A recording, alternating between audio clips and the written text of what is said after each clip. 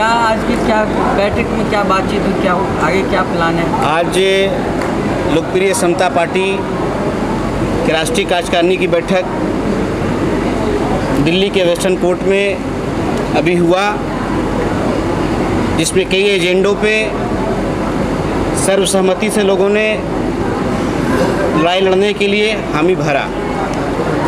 पहला एजेंडा हमारा है, हम पसमानदा समाज से आते हैं। इससे पहले हम लोग पूरे बिहार में अंसारी महापंचायत के नाम से सामाजिक संगठन चला रहे थे। इस संगठन के माध्यम से पूरे बिहार के अंसारी कम्युनिटी को हम लोगों ने जोड़ने का काम किया। उसके बाद देश के अलग अलग राज्यों में भी हम लगातार दौरा करते रहे। यहाँ आने से कबल हम लोग रांची में मीटिंग किए। आज 1 तारीख को राष्ट्रीय कार्यकारिणी की बैठक दिल्ली में हो रही है।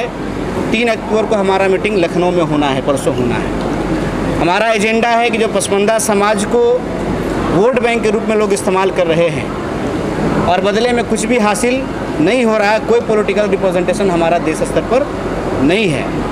हम अगर बिहार की बात करते हैं तो बिहार से अंसारी कम्युनिटी का 243 विधानसभा की सीट पर एक विधायक हमारा नहीं है। 75 MLC का सीट है बिहार में, 1 MLC हमारा नहीं है।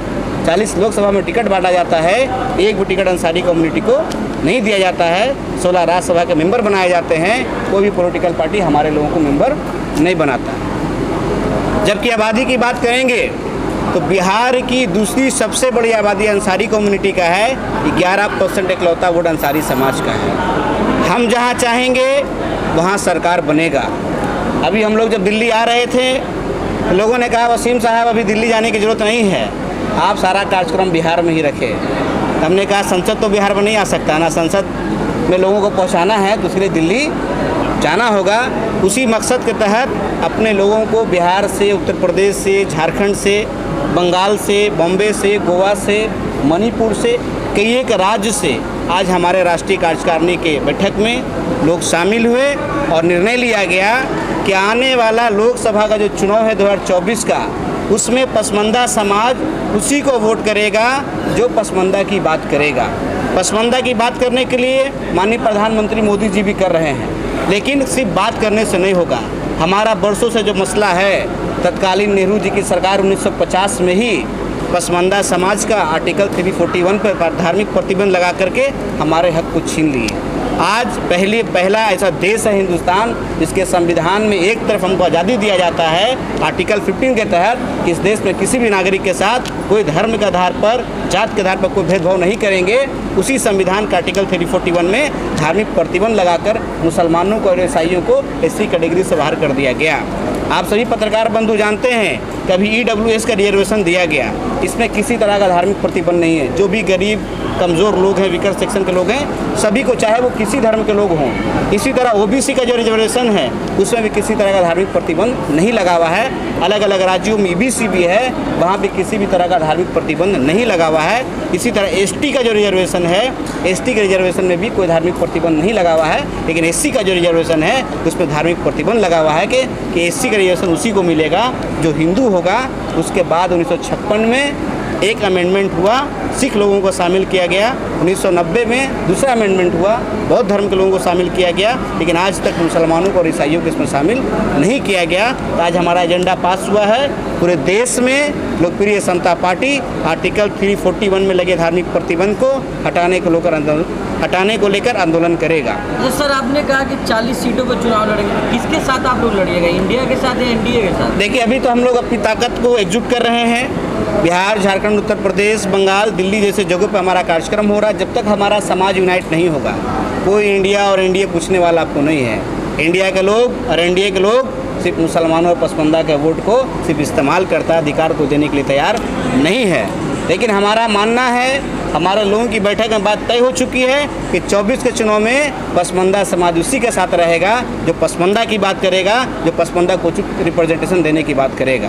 341 के अलावा और क्या एजेंडा रहेंगे? हमारा एजेंडा दूसरा है कि बिहार में कई लोग हैं जो देश स्तर पर बहुत बड़ा काम किए हैं, आज तक उनको राष्ट्रपति भारत रत्न का अवार्ड नहीं दिया गया है। तो हमारा मांग है, महान स्वतंत्रता सेनानी अब्दुल कयूम अंसारी साहब, अति पिछड़ों के नेता मसीहा कर्पूरी ठाकुर जी, बिहार केसरी स्वर्गीय श्री कृष्ण सिंह जी और दलितों के मसीहा नेता रामविलास पासवान जी को भारत रत्न दिया जाए। एक हमारा डिमांड और है कि देश स्तर पर आज युवा दर दर भटक रहा है। बेरोजगारी की बात सब करते हैं, उनके एम्प्लॉयमेंट के लिए सब लोग नारा देते हैं, लेकिन जो भी सरकार बनता है उस पर ध्यान नहीं देता है। इसलिए युवाओं के लिए एक देश स्तर पर युवा आयोग होना चाहिए ताकि युवा भी अपनी समस्याओं को वहाँ रख सके। इसलिए हम लोग का डिमांड है कि राष्ट्रीय स्तर पर युवाओं के लिए, युवाओं के उत्थान के लिए, युवाओं के रोजगार के लिए एक युवा आयोग का गठन होना चाहिए।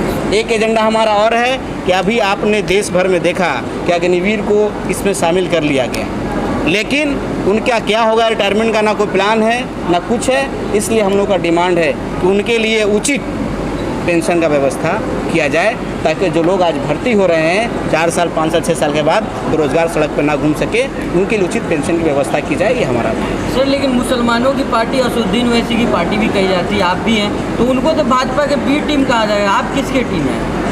देखिए, बी टीम सी टीम तो चलता रहेगा, राजनीति में जो भी अपने अधिकार की बात करेगा। मुसलमान ही तो कहते हैं आप लोग को, टीम है आप लोग। देखिए, हमारा मानना बिल्कुल इसमें एक तरफा का बात है। हमारे अधिकार की जो बात करेगा, हमने कहा कह रहे हैं इंडिया बात करे हमारी, आप भी टीम कह रहे हैं इंडिया हमारी बात करें। इंडिया इतना बड़ा गठबंधन पूरे देश भर में बनाया गया। राहुल गांधी जी हैं, बड़े बड़े केजरीवाल जी हैं, आपको उत्तर प्रदेश से अखिलेश यादव जी हैं, ममता बनर्जी जी बंगाल से हैं, बिहार से नीतीश कुमार तेजस्वी यादव जी हैं, ठीक है।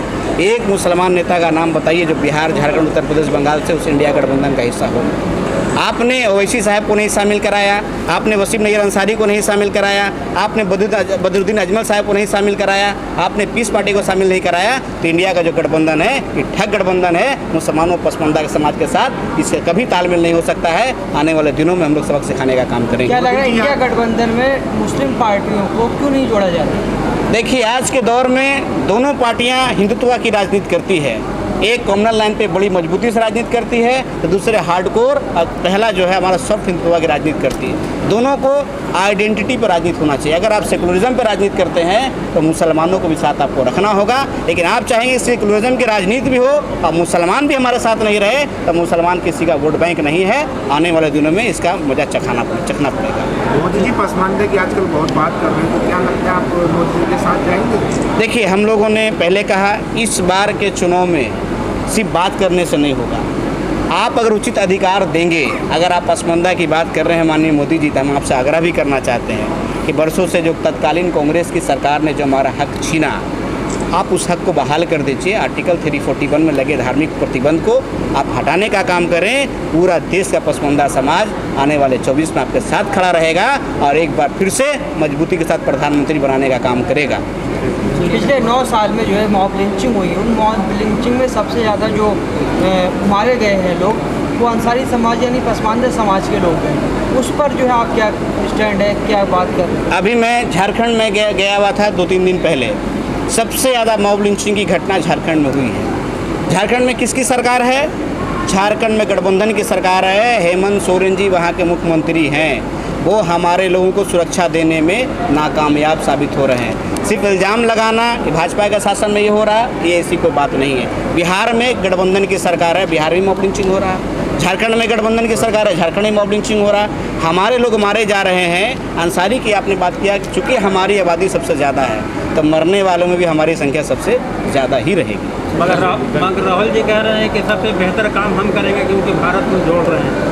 आप कहाँ भारत जोड़ रहे हैं? कब आपने पसमानदा की बात की? कब आपने अंसारी का बात किया? आज राहुल गांधी को दर दर इसलिए भड़कना पड़ रहा है कि उनको बुनकरों ने साथ छोड़ दिया। उत्तर प्रदेश में कांग्रेस की सरकार हुआ करती थी जब तक बुनकर उनके साथ था। बिहार में कांग्रेस की सरकार हुआ करती थी जब तक बुनकर उनके साथ था। आपको बुनकर की जरूरत नहीं है। आप सिर्फ कहते हैं, कहने से काम नहीं चलेगा। आप वेटिंग में ही रह जाएंगे। अगर आपको बात करना है तो फिर आगे आइए।